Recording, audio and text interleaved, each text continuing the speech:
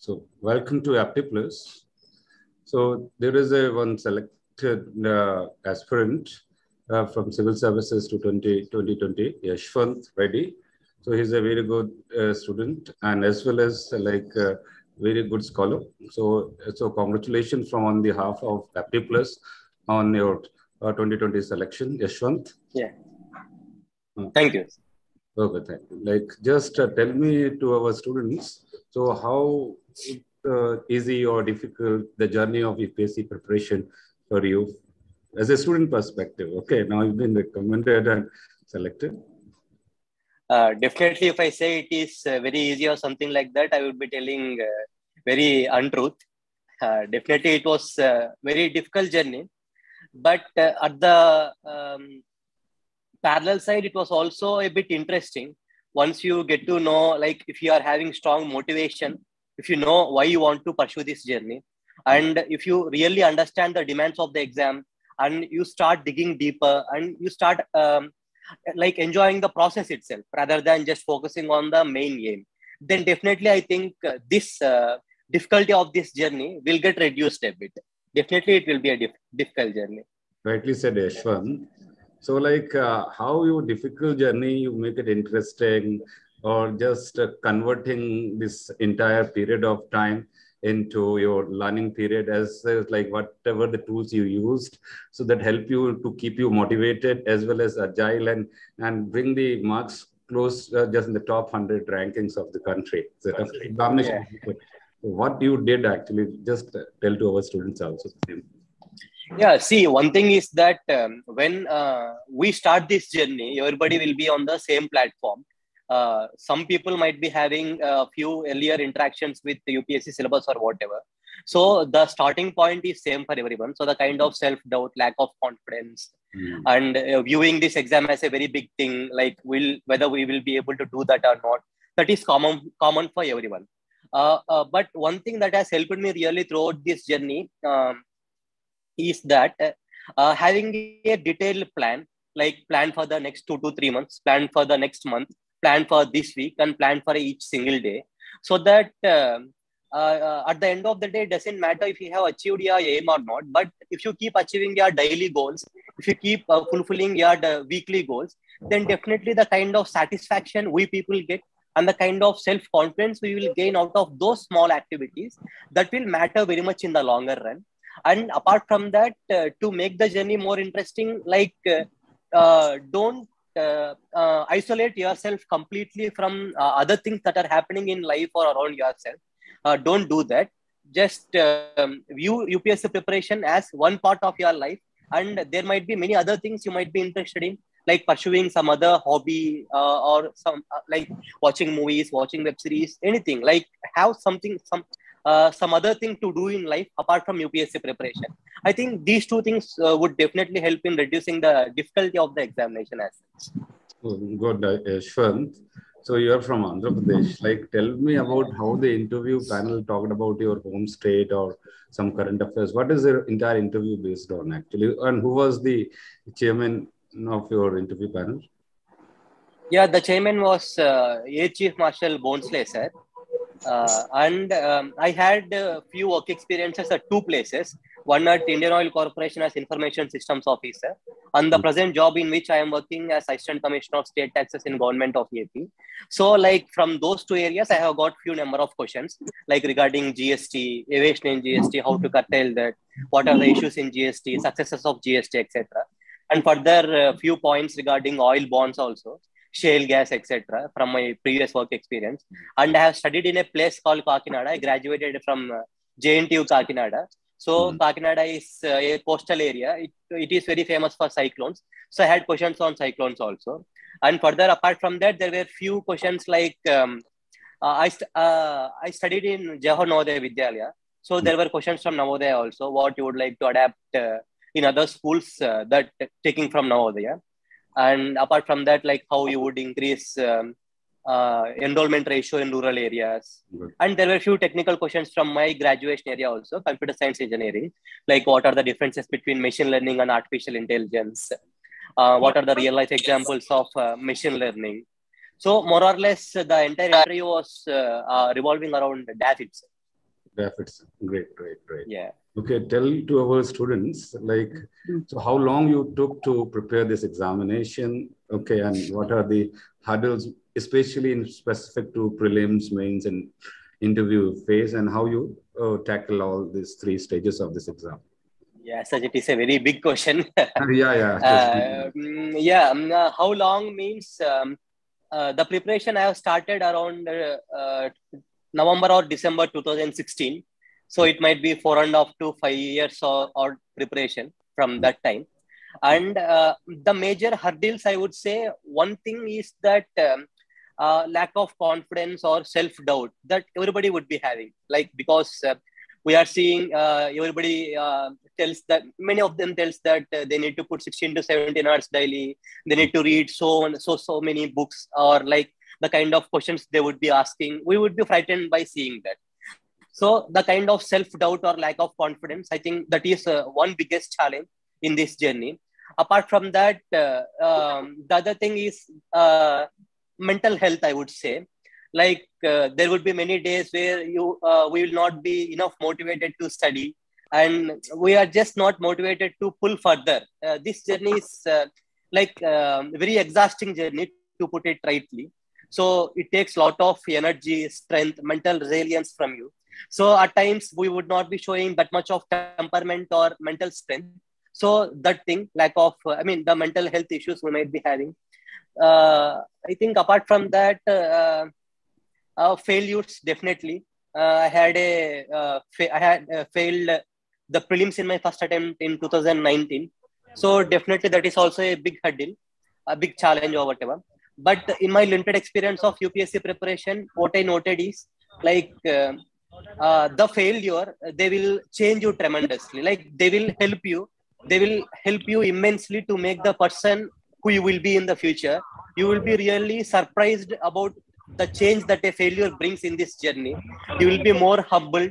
You will be more honest with yourself.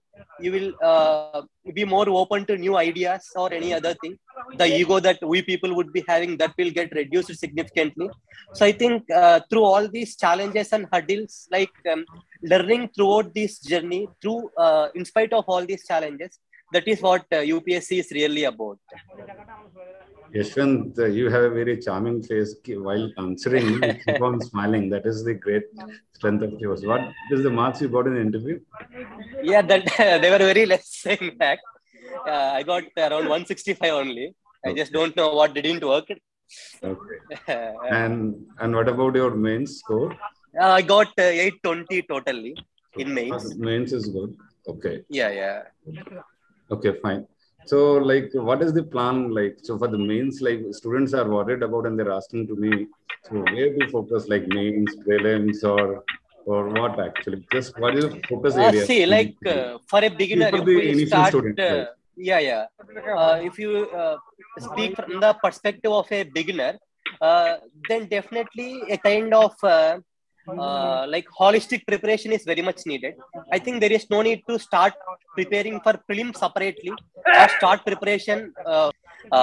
First thing is like we just need to go through the syllabus of prelims and mains while starting the preparation, and just go through the blocks of previous year toppers who have detailedly told the kind of resources they have followed and also the kind of strategies they have adopted. After that, go through the previous year question papers. Just don't try to answer them. Just see how they are framing questions, like from which areas they are asking questions, etc. After that, have a reading of the basic books, reference books. It might be NCERT, or it might be Lakshmikant for polity, Ramesh Singh or Shriram IAS for economy, and any basic reference books. At the first instance, like what I sincerely suggest is, don't read a book with the intention of remembering anything, or with the intention of mastering the subject. First reading, just read it with the intention of getting to know the book or know the subject. What is there in the subject? Like, for example, if you are reading Lakshmikant for the first time, you will just get to know that polity has something like Lok Sabha, polity has something like Rajya Sabha. There are some number of people in that. There are some functions to that Lok Sabha, Rajya Sabha. There are some procedures happening there. That's it. That is more than enough in the first reading. After completing that first reading, please go through the previous year question papers and the syllabus copy. then you will get to know like what are the demand areas and what are the favorite areas of UPSC where you need to focus more. After having this basic understanding, in the next instance, uh, go through, have a reading with the intention of like noting down important points there itself, underlining themselves, something like that, so that the kind of uh, quantity of material that you need to read in subsequent times, that gets reduced significantly. So I would suggest note making, especially for subjects like economy, science and technology, environment. That note making also make sure that you don't start at your first reading itself. Start it at the third or fourth reading, when you have more understanding about the subject, more understanding about the demands of the examination that you have gained through looking at the previous year question papers and also the syllabus copy. I think this is how it would be good if we proceed in this way, in my limited knowledge or understanding. Okay, Yashwant, well said. So note making entirely is not required, or only some selective note? Yeah, definitely. Yes. Great. And that means you focused after 2 or 3 readings only when you came to know about the different aspects, then you try to make notes. Okay, just... Definitely, I would like to add one example also at this point of time. Like I said, I started my preparation around November to December 2016. The first book I started reading is Lakshmikant Polity. So like at the first reading, I felt every line is very important. So the kind of notes I have made from Lakshmikant is a replica of Lakshmikant in my own handwriting. So like it is not at all useful for any purpose. Like we can't revise it with that. It is not useful at the end of the day. So make sure that whatever the notes you people are making, it should not be more than 1/5 or 1/6 of the reference material that we are referring. That should be the thumb line. Yashwant, do you attended any test series or something like that, or even mock test on your own you attempted before giving this information? Yes, sir. So, for prelims, I have attempted number of mock tests that are there in the public forums these days. I think I attempted roughly more than 60 to 70 mock tests. And further mains, I attended 9 mock tests to be very specific, and 2 mock tests for my optional. So during my interview stage, I have attended multiple mocks, and that is the time when I even contacted Apti Plus for a mock. And when we had this DAF questionnaire, that was also helpful. Yeah. Great. So you talked about optional. So your optional is anthropology, I think. Huh? Yes. So like suggest the aspirant like how you choose an anthro, or what are the other optional? What are the criteria one must choose to select optional? Even if you've gone through any dilemma before selecting optional? Yeah, definitely. Like it's not a small dilemma. I have spent 3 months preparing another optional. After that, I came to know that I would not be able to do good in that optional. So I had to change that again. So the things which I haven't done, and I think if I had done, then that 3 months period wouldn't have gone in waste. Or that firstly, look into the list of optionals in UPSC notification.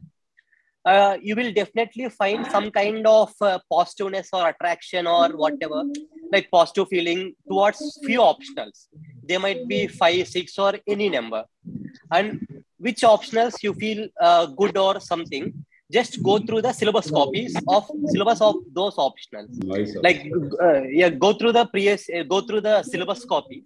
If we look at the syllabus copy once, we will be better able to assess like what is there in the syllabus. For example, what I have done is I was very strong in my academics throughout academics in mathematics. So I thought that I would be able to do good in mathematics, and a few parts of the syllabus are covered in our engineering mathematics, graduation mathematics. So I thought it would be very easy for that. Very easy for me. But what I missed at that time is looking into the previous year question papers. Like if in previous year question papers, there were significant amount of questions from physics. I was very weak in physics. But at that point of time, I haven't looked at that previous year question papers. I just went through the syllabus copy. I just went through the syllabus copy and I just proceeded. And further, I just got to know that I am wrong. So what I suggest is, first thing, go through the syllabus copy. Second thing, go through the previous year question papers. If you do these two things, then you will be able to zero out on 3 to 4 optionals max. Like you will be able to get to know more about yourself, like which optional you will be more comfortable with. Firstly, that is the most important thing. Like optional in UPSC is like girlfriend. Like you need to have a very close interaction with that, and optional decides where you stand in the list.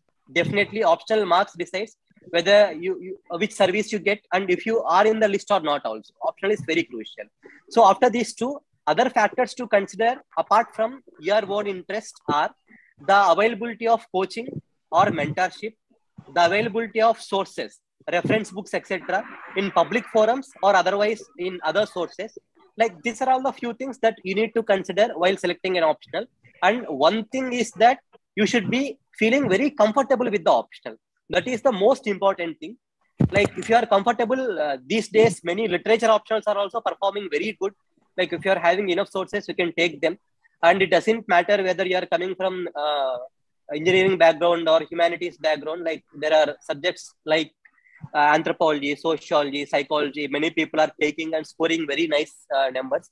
And further, if you are strong in your academics and have that sense of confidence, definitely science-based options like mathematics, physics, chemistry, mechanical engineering, electrical engineering, etc., they are very much scoring. So yeah, it depends on the interest of the student at the end of it. Rightly said, Yashwant. Okay, so as optional, you have chosen like 3-4 months. You invested in math, then you moved to the Yeah. so Yes. okay. So do they ask any question on optionals paper for engineering Yeah. background of yours in interview? Yeah, in interview, are you asking about any questions from anthropology? Anthropology. Yes, yes. They have asked about this Darwin's theory of origin of species. They had 3 to 4 questions on that. And apart from that, one member asked like, you are a student of anthropology. So like, what is the one change that you have observed in your life after reading anthropology? Like how your perspective has changed towards life. Great. These are the few questions I faced. So Yashwant, when Yes, you're reading, so about academics, and there might be a question related like how you shifted from engineering background to CPSC. You are working in some PSU, I think, huh? Yes. From PSU, you are shifted to this thing. So like there are many aspirants who are working also with us. So they want to know like what kind of dilemma, like they have to shift their job in meanwhile, or they have to prepare along with the job. So do you suggest anything to these guys? So definitely it is a very personal decision. I took the decision of preparing along with job because I'm a person who doesn't like taking big risks. That's one thing. So I thought being safe side, having a job in hand is good for me, and it suits my mentality and temperament. Because of that, I chose preparing with job. And one thing is that we should understand that we will not be able to perform or excel in the job life if we are focusing on the preparation. That we need to accept. Like we should give primary importance to the preparation part, UPSC preparation part. That should be at the forefront of our mind. Apart from that, few other things that we need to think about while taking a decision is what are the demands of the job. The kind of jobs I have took, they are not very much demanding. Like after coming to the home from office, there is no much need to think about the work. So those kind of jobs will definitely help you in having balanced approach, like balancing your time towards preparation also. If you are in a very exhaustive job, very demanding job, then definitely it will not be possible for this UPSC preparation. And one more thing is whether we will be able to get leaves or not. Like definitely before mains or before interview, we need to focus entirely on the preparation. I took 2 months of leave before mains and around 20 days of leave before before the interview test, personality test. So that is also one factor. And one more thing is just think that if your job is adding to the preparation or not. As I was working in a state government as a group 1 officer and also in the GST department, the kind of exposure or the kind of knowledge that I have gained that had a significant impact in the way I was writing answers in GS3 and also GS2. public administration, etc. Like you would get to know the basic difficulties of administration. Like we just start telling that government is not working, government people doesn't do any job, etc. Once you come into the government and see the things, how things are working, then your perspective will definitely change. So the kind of balanced approach that you will get, and the kind of mediocre, I mean, the kind of toned down opposition towards whatever the problems are there, definitely I think those things are going to change our personality, and in fact the way we are writing in answers. So the kind of balanced approach we need in our answers, definitely doing these kind of jobs will help in bringing that. In my experience, I have like what I have seen. Rightly said, Yashwant. You were telling because your job has helped in your answer writing, also changing your perspective, Yeah. also modifying. And thus, I do accept this point actually. Because it gives you a different perspective when UPSC is asking different dimensions in your answer writing. Okay, to tell to our students that like what is a good answer, like because UPSC, like everyone is writing from same sources, okay, or same kind of teaching materials are available. Okay, in that scenario, like answer writing, some like major divide between the selected or non-selected is the answer writing, which I think you may be also may be agreeing on this point. If answer writing in mains is good, you will recommend it. If you are not good or average, you will be not in the list. And finally, is what is a good answer from your UPSC perspective? Because your answer might be good only, that's why you are in. So what is a good answer? So one thing that I would like to state is that my basic mantra in mains is that don't try to write best answers. Because if you try to write one best answer, then definitely your performance in other 3 to 4 answers would get reduced. My basic mantra was like write 20 average or above average answers. And it has worked for me. My GS scores were significantly on the higher side. That's like more than around 110, 120. So I think in my experience, what I have observed is the difference between a good best answer and good answer or average answer, and the difference between average answer and nil, I mean, not attempted answer is very much. So like if you get 5 marks for a best answer, you get 4 marks for average answer. And if you are not attempting itself, not attempting that all, you will get 0. If you just make an attempt, then definitely with the kind of knowledge we might get 2.5 or 3. So what I suggest is, actually I had this doubt or whatever you have raised, sir. I had this, I had this during my preparation, like how my answers stand out, like why will the examiner give more marks to my answer, like what I am giving to him. So like after my marks and all, I stopped thinking that, because that will put an excessive pressure on us to do something innovative or do something special in each and every answer. So we will not be satisfied with ourselves in each answer. That will pull down the confidence during the examination. And further, we will not be able to attempt every answer. 2 or 3 answers, we will rush at the last hour, last 10 to 15 minutes. So it will significantly impact the quality. What I have did is just keep things very simple, like introduction, body, conclusion. Introduction, don't just give definitions or anything. They are not asking about definitions. Like if there is a question, just think why they have asked that question. In the last 1 or 2 years, there might be some incidents or some events that are happening because of which they have formed that question. If you are able to start the introduction with that example, you have hit the blue spot. Like you have hit the demand of the, the examiner will come to know that this person has understood the demand of the question, why that question was asked, and he is aware of the happenings. That is what UPSC expects from us. Like we should be aware of what is going around us. That's the basic expectation. And after that,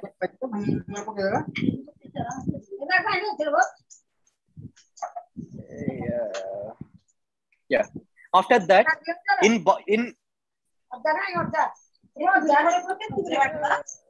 sorry, someone, can you please mute? Shweta Shubhashri, Sarbeshwar Badejena. Yeah, thank you.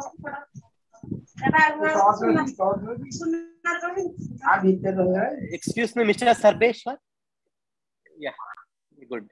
Yeah, in the body part, like make sure that you address the demand of the question. Some questions might be having 2 or 3 parts. Some question might be having only 1 part. So try to have at least 4 to 5 points in addressing each of those parts.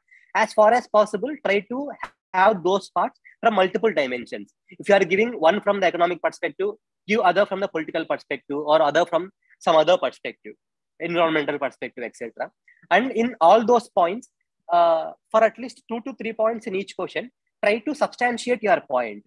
Substantiation means some kind of statistics, some kind of data, or some kind of committee report, which also tells your point, which also strengthens your point. And apart from that, in conclusion, give a way forward. If they are asking about the issues or something, definitely you can conclude by giving 1 or 2 solutions, by putting a heading of way forward. And if the question itself has asked about solutions, etc., then you can conclude by telling that by holistic, coordinated efforts from all the stakeholders involved, we can achieve the goal of so and so. Like we can achieve the goal of Atmanirbhar Bharat, achieve the goal of $5 trillion economy, so and so. Like definitely, if all these things are there, then definitely like it will be a good answer.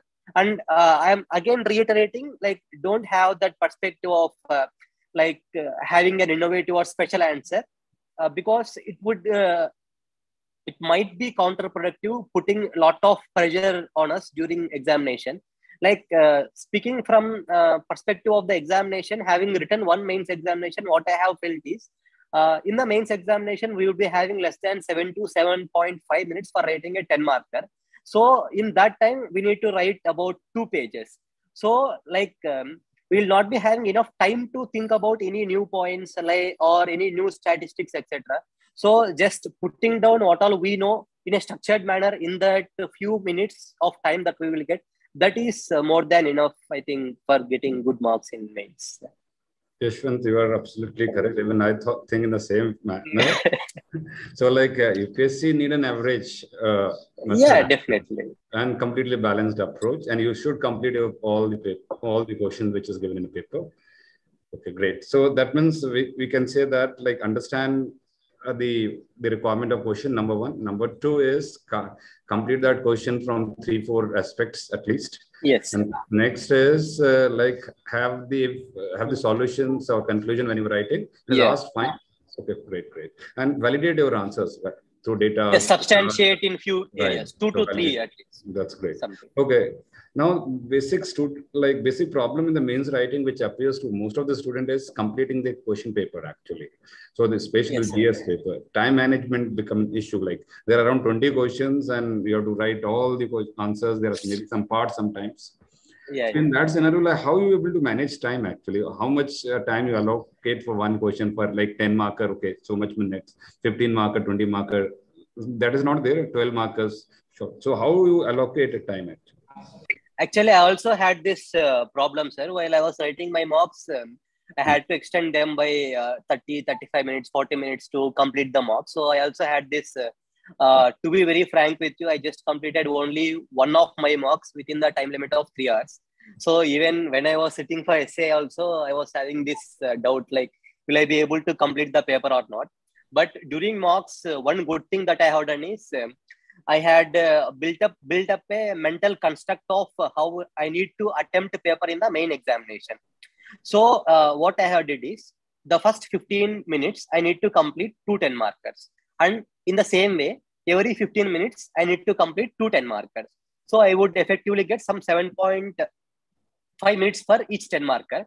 I am specifically telling time for 2 10 markers, because if we keep time for each 10 marker, then it might add up on more pressure, because sometimes we will not be able to complete that, or sometimes we will be able to, we just need 1 or 1.5 minutes more for a question. So if we have the aim for two questions together, then definitely we can restrict this kind of overflow of time into another questions that is there, because our bunch is 2 questions. And further, in some questions, we can accommodate a few flexibility. We can be more flexible in a few questions, like for 1 minute or half a minute, where it is required. So I had this plan that for every 15 minutes, 2 10 markers. After complete, then around 1 hour 15 minutes, I'll be able to complete all the 10 markers. After that, for every 10 minutes, I need to complete 115 marker. If you do, if we would, if we do in this way, we will be left with 5 minutes buffer. So that we can use for filling OMR sheet or other miscellaneous activities that happens in the exam hall. Right. Or otherwise to drag any particular question. Like definitely everything will not be happening as according to our plan. So like that buffer will really help in those situations. This is how I plan. So that's great plan. Like just I like your idea. Like do not plan for one question, like 2 questions and average times you can complete the papers and without any much pressure. And don't plan for more questions and don't plan for less questions. Have a bunch. Yeah, that's great idea. Good. So one question came from our students, like how to revise actually. So there's how to revise the syllabus before every stage, like prelims, mains, especially. So I think revision is one thing which plays a very crucial part. It doesn't matter whether you have read 100 books or 1000 books. Like if you are not revising before exam, whether it be prelims or mains, then our performance might be impacted. So one thing what I have did is I used to have my own notes for every subject. That I had because it is, I think, it is easy to remember by reading from our notes than standard books, because the kind of mental image, the mind image we can form by reading from our book, it is very much like what you say, efficient if we do that from our own handwriting. That's what I have observed. And apart from that, one thing is like after you have prepared the whole material, just try to read it once.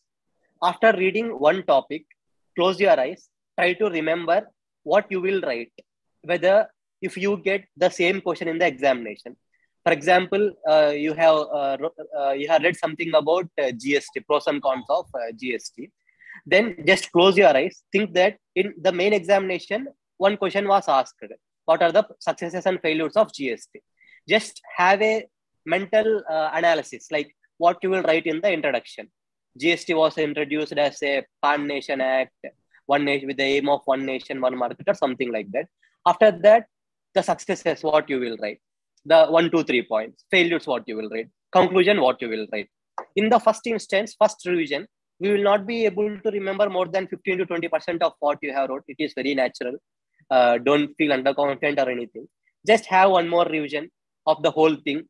And in subsequent revisions, if we do this exercise again and again, we ourselves will be able to come to know that we are remembering more and more each time. At the end of the day, we will be able to remember 60 to 70%. I think that is what we can remember from what we have wrote.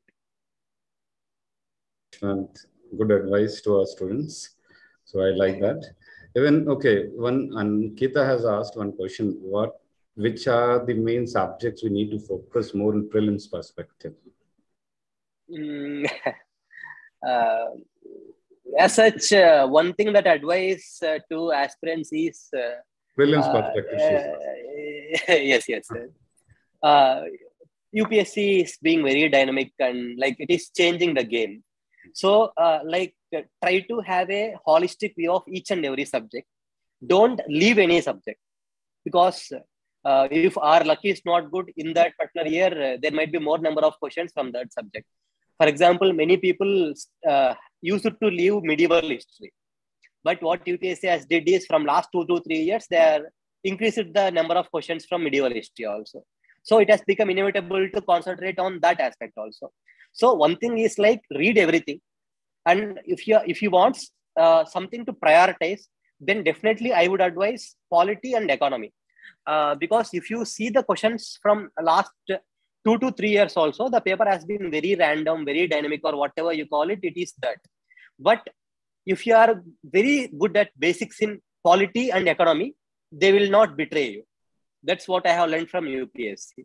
Like if you are very strong in the static part of polity and economy, they will save your game.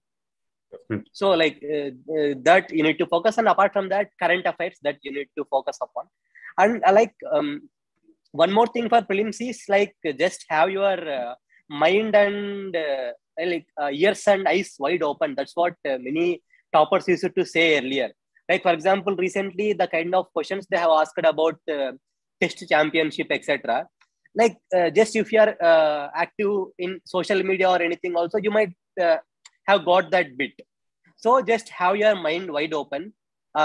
Just prelims is something like they're testing your overall understanding and overall awareness, not specific deep awareness. So make sure that you are receiving things from all over. What others are speaking, like what is trending in news, what is trending in memes or something. Definitely, they might also help. So make sure that you are accepting knowledge from all over. That's important thing for me. Yashwant ji. Now, one student named Amya Viswas asking about the how to write a essay, how to prepare a essay paper. Yes. I would suggest to postpone essay preparation till we are a bit content about GS preparation, because the basic fodder for essay comes from the GS topics itself. And apart from that, just go through last 10 years or 15 years question paper for essay. You will get to know the UPSC favorite areas for essay, like women issues or economy, international relations, and few philosophical areas. Sorry. And make 10 to 15 topics, list out 10 to 15 topics. And for all those 10 to 15 topics, try to have your own essay. Like, it's not like you need to write an essay, but try to have points in one page. For example, introduction. Like, if that comes in the examination, what you will write as introduction? Basic statistics, etc. Try to get them by Googling or by going into standard sources, etc. Few examples. For example, for women empowerment, the case of handling of COVID in New Zealand by a woman prime minister, etc. So likely few examples which are there in the news recently, try to get them for each of those topics, and try to identify the dimensions that you want to address. Like Seplich approach, Pestel approach, there are multiple approaches. In each of those approaches, like try to have few points and examples, etc. That's how you prepare for essay. And further, while attempting in the examination, there are multiple approaches. What I have followed is anecdote approach. I have followed for both of the essays this time. I have attempted one essay where the philosophical essay, the question is, life is a long journey from being human to being humane. I have attempted that. And I have started with an anecdote of giving an example of an accident, road accident, where a person has fell down from bike and he is bleeding profusely. Many people are passing by, they are just watching him, they are not taking any action. One particular person, he has just got down, he called ambulance, police, he made sure that he is admitted to the hospital. All the other people who are passing by, they are just humans, but only the person who has admitted him to the hospital, he is humane. So like in the example itself, I try to hit the demand of the question. Like one thing is, like I try to showcase that I understood the difference between what is human, what is humane. That's what he is asking at the end of the day. After that, I have divided into a few main subheadings. One thing is, what are the characteristics of a humane person? Whatever we have read in GS4, like empathy, sympathy, compassion, integrity, helping nature, whatever we get, I just wrote everything, each para, one of those, right?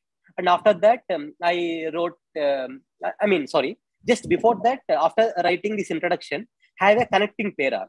In that connecting para, just mention what all you are going to write. Like I wrote that in this essay, we will discuss about the important characteristics of being a humane person, and why it is very important to be humane, and what are the impediments in this journey of human to humane. So in the second para, you just tell them like what he can expect from your essay, and that particular headings you address in the subsequent things. And one thing is, don't make your paragraphs more lengthier, and don't make them even 2 to 3 lines also. Like every paragraph of around 6 to 7 lines, that is more than good for conclusion. I mean, more than good for essay. And in the conclusion part, what I wrote is, if with value-based education and also like holistic efforts from family, society, and also individual selves, then definitely we will be having more number of. I think I have named that person Raju or something. More number of Rajus who wouldn't just take like sincere efforts in reducing the sorrows of other people, etc. So in the conclusion also, I had tried to connect it with the introduction what I have given. So this is how I approached essay. And one thing is that you would get 3 hours for essay. So 1 hour will be more than enough to attempt essay. So for half an hour, first 5 to 10 minutes, put that in selecting essay, because that is very important. Like what we feel is we will feel that we will be able to attempt 2 or 3 better.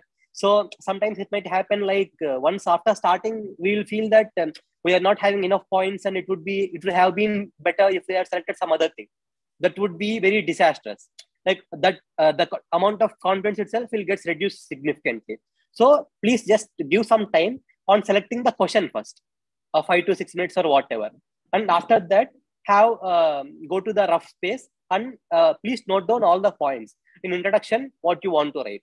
In main body, what all dimensions you want to address, each dimension. And if you want to give any statistics or examples, please note down there itself. And conclusion also, please just write down like what you want to conclude by. So once you have this detailed framework or plan, then writing essay will be a cakewalk for you. If you toil hard for the first half an hour, then next 1 hour will be a cakewalk. If you toil hard for the next half an hour, then the next 1 hour will be a cakewalk. So make sure that the preparation part in that exam itself, the brainstorming part we may call, make sure that we focus on that part. So the next part will become very easy. So good, Yashwant. Even I learned a few things from you. Thank you. One thing is that like just essay writing is good thing. Like you can score, do just 10 to 15 minutes for brainstorming, frameworking, and then writing one by one. Okay, yeah. Great. And balance it up. Now, 2, 3 students are asking question on current affairs preparation. Like if we are not regular to newspaper, then what happened? Yeah, even I hadn't had this privilege of reading newspaper daily. I tried it, but I have failed in every attempt. I just used to read for 2 to 3 days. Then it hasn't happened somehow. So I have depended on coaching institutes compilations. So any coaching institute have, like, if you believe that it is good, depend on that, and have at least 2 coaching institutes. Don't just depend on one coaching institute. Have 2 to 3. Definitely, this is not the best approach to current affairs. The first and most important and best approach is reading newspapers daily. And while reading newspapers also, don't try to make notes from the perspective of mails.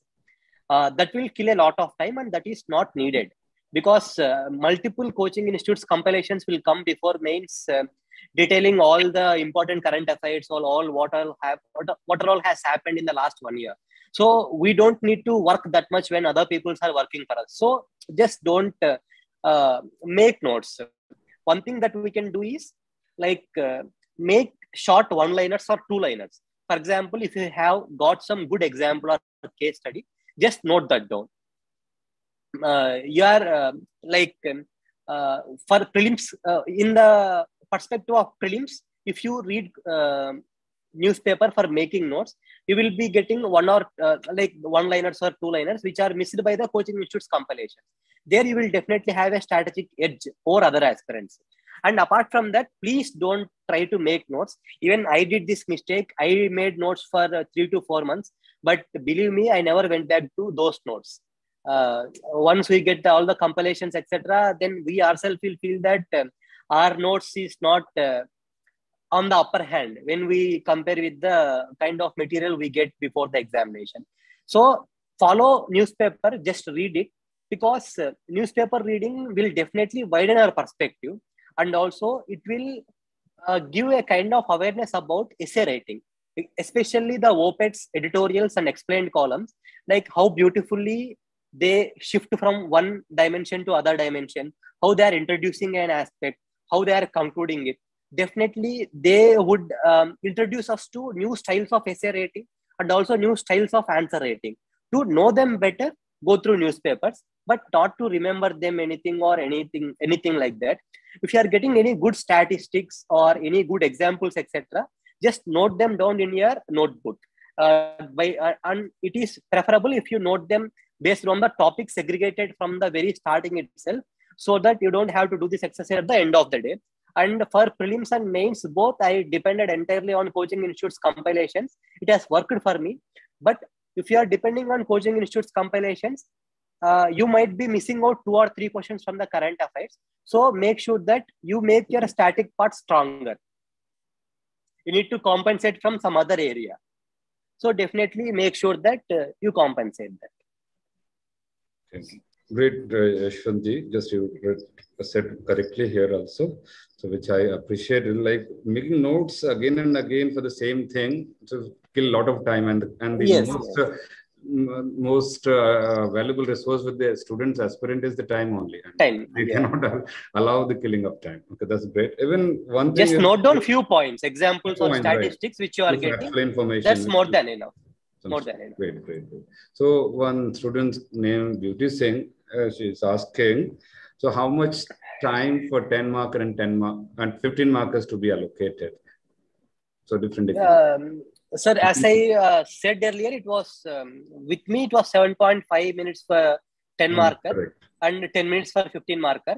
But mostly what happens is few people find it very difficult to accelerate their phase at the very beginning.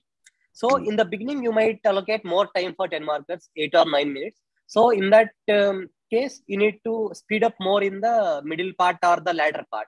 But make sure that you are not like leaving more number of questions to the latter part of your examination.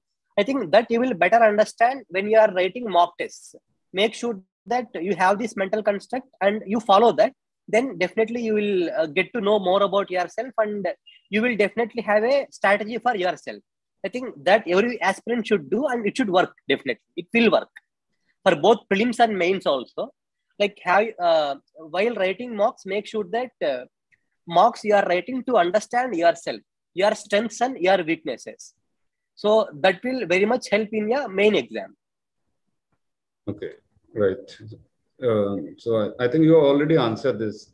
The students all actually they missed it. That's why she is asking again this question. Yeah, already told about the timings and all. Okay, one more question came from Amya Viswas. So how much time does it take to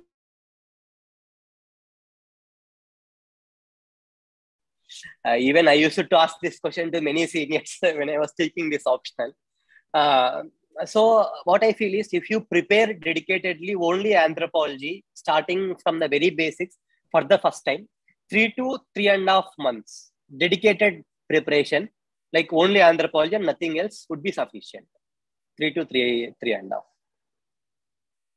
And further, it depends on how you plan things. Like first, at least 3 to 4 days, give it for collection of sources, and also understanding syllabus and demands of the examination by going through the previous year question papers compilations.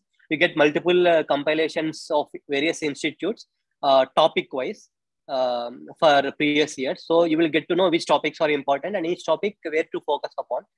And further, try to gather as many sources as possible.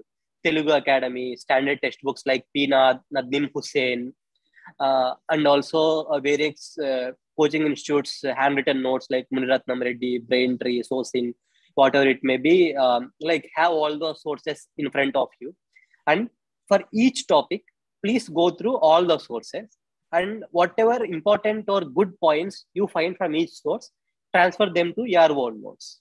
And at the end of the day, make sure that for each and every point in the syllabus, each and every topic in the syllabus, you have at least 15 to 20 points in your notes. And also try to Google the same topic to government or new example or statistics that you can use in the while writing answers. So I think if you follow this approach, definitely within 3 to 3.5 months, we can cover anthropology, the basic notes preparation part. After that, reading might take more time based on like how much time we are putting on our personal capability. Yeah. Yashwant, students are asking, what are the reference sources you used for anthropology? So anthropology, the basic textbooks that we have, Pinad and Nadim Hussain. And apart from that, I have also used Telugu Academy. These were the basic sources. And apart from that, I used previous year toppers notes. There was one Akshat Jain sir's compilation and also Vivek Basme sir's notes. I used them also. And further various coaching institutes compilations. I have mentioned them earlier. So whatever institutes compilation you are getting, just download them. There is nothing loss or nothing, no loss by just going through their material. What I have observed is each and every material, they are good at some aspects, but none of those material is good at all the aspects. So make sure that you are going through all those things, just glance through them, at least give some 3 to 4 days of time glancing through all these sources. You will get to know like for which source, which book is better. You will get to know that better. After that, start writing your own notes. And if I have to be very precise, Anudeep Dursetti sir, who was All India topper in 2017, he has wrote a detailed blog about anthropology preparation, like for each topic, where to read, etc. That is very useful. And don't just restrict to that part. Try to broaden your view. Yambar and Yambar is also very good. Recently, there are few direct questions in last year examinations also from Yambar and Yambar. So what I tell is, and optional preparation, it is not like GS preparation. Don't try to restrict your source. While making notes especially, try to broaden your view and try to have more number of sources. And once you finalize on your own notes, then try to stick on to that and revise multiple times. And if you have any doubt about sources, please just go through the previous year toppers blogs. Not just one topper, go through 4 or 5 of them. Whatever majority people are referring, please go through them. And after starting a particular source, please make sure that you are comfortable with that source. If you are not comfortable, please don't do that. Do some alternative thing. For example, for ethics, many people will suggest lexicon ethics. I have gone through that source, but I somehow found that it was a bit technical and it was a bit difficult to remember from that book. So I used D.K. Balaji sir notes, D.K. Balaji sir book for ethics. It has worked for me.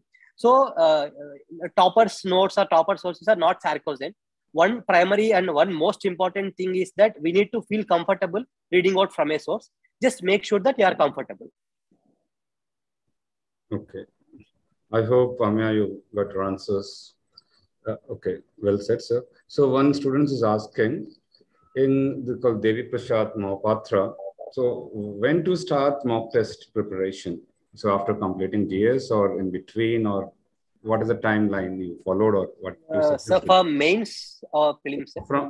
I think it's from the mock test. It does not mention, like just talk about mains only. Prelims and mains both. Yeah. Okay. For prelims, maybe around 2.5 or 3 months before examination, you can just start writing examination. Mock test. After February, one can start mock test. Huh? Yeah, definitely. Okay. And while writing this mock test also, like make sure that that amount of time you are putting in writing the mock test and the amount of time you are putting in analyzing that, the amount of time you are putting in analyzing should definitely be more than what you are putting in writing. Then only we will be able to get fruits out of what we have wrote. So in my experience, this writing more number of mock tests will definitely help in identifying our own strengths and weaknesses. Like I have identified that my accuracy level is a bit less from mock test itself.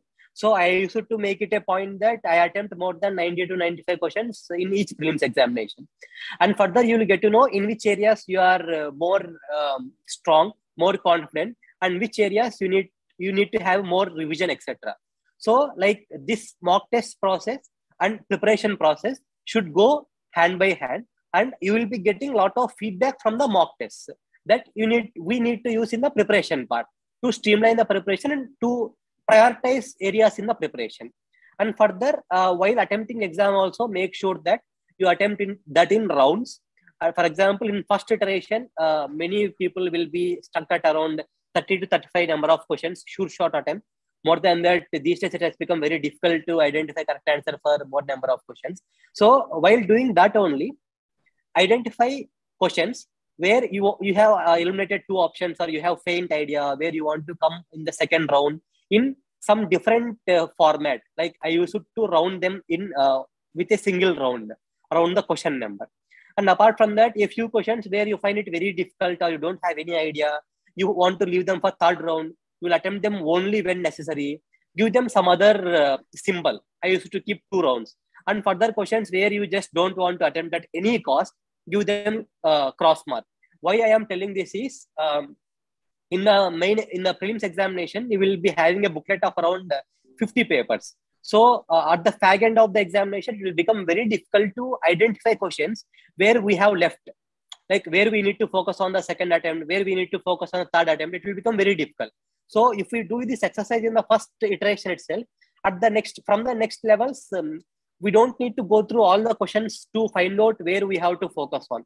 Just on a glance, we will be able to find out questions. We need to go to the second iteration. On a glance, we just know questions where we just don't need to look also, because we have into mark, etc.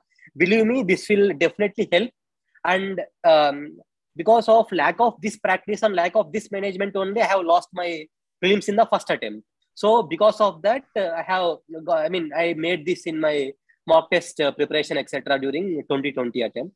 And further coming to the mains mock test, I think starting full length mocks after prelims, that would be sufficient. If you have enrolled in any year-long mock test, then definitely that is very good. If not also, I think I started from after prelims and it has worked, because most of the mains, around 40 to 50% of mains would be focused on the current affairs. So if we start mocks at the, very prior to the examination also, it might not work. It might not be very useful.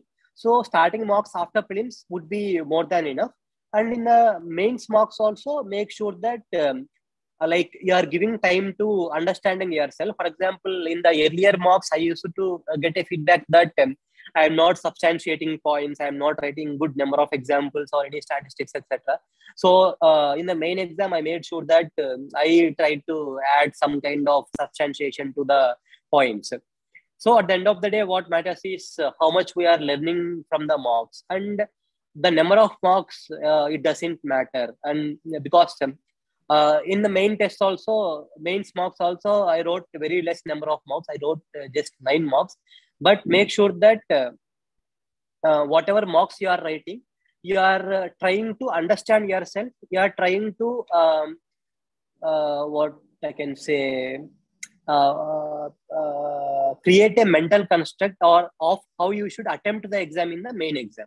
That's what mock tests are for. And in that way, we will be able to gain more usefulness from the mock tests. Great, sir. So, it's one question, like most of the students in their mind, how to know the strength and weaknesses from topic centric, because there is a lot of confusion among the students, to find out their weakness, because they are preparing history, geography, polity, economics, all the subjects. Even most of the students, they do not know their strength and weakness topic wise, subject wise. So how to pick up that?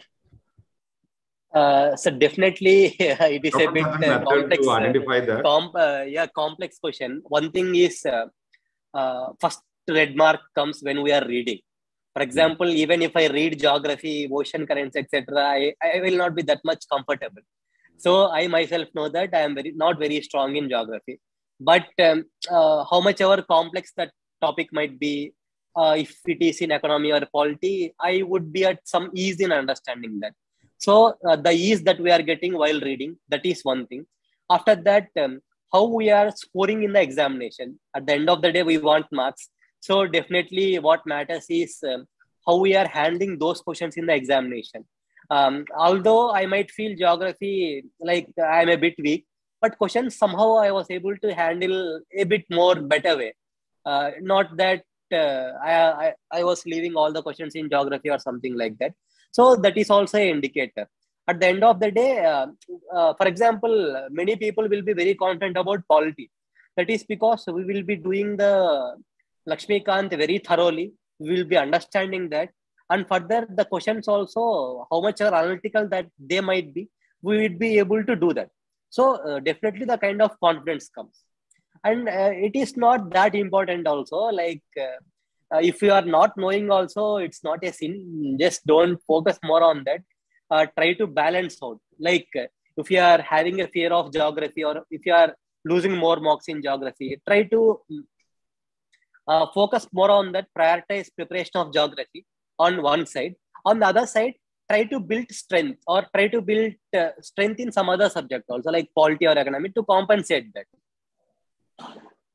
All right, rightly said, sir. Okay, so do not focus bothered about where is strength and weakness. What you like, keep on reading it. What your mind is forgetting, keep on forgetting. Don't worry. Yeah, that's it. Will come up. Just okay. Because so UPSC focus on it's answer not. Right. Yeah. That's absolutely correct. Now, what is your home cadre you are, I think, is choosing, like after you've been recommended now? So, which is Andhra is my home cadre. And what is the likely post you will be getting? IAS, IPS? IPS, sir. IAS I would not get. These days it has become more difficult. We need to have rank below 75 for IAS. 70, 75 for IAS. I would be getting IPS. So most probably Andhra Pradesh, or if not Andhra, then Maharashtra. Okay. That's my second cadre preference. Okay. So one student is asking, I will be last question, sir, if you have time. Is diagram no issue, like geography? Yeah. So definitely in geography, diagrams are very important, and most of the questions are asked in such a way where we can include diagram. For example, last time there was a question on a circum-Pacific zone, and also there was one more iron industries which are farther from raw material zones or something like that.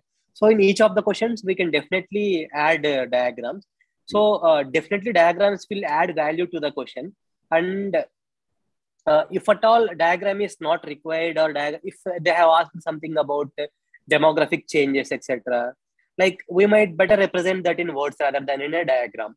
So just don't try to push diagram into the question paper, into the answer if it is not possible.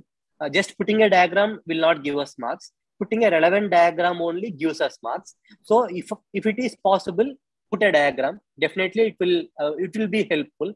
If it is not possible, or if you are not able to create a diagram, or if you don't have any diagram, don't just force yourself. A badly planned or badly drawn diagram will result in more number of lost marks rather than a non-drawn diagram. That I will handle it. I'm also a geography teacher, no problem. Yes, okay. I can. Okay, sir. Best of luck for your future. Yeah, thank you. So congratulations from us, and thank you for giving us a valuable time to our students. No issue. Okay. So just all the students, like this is Yashwant of 90 plus rank. Okay, and he is our speaker today.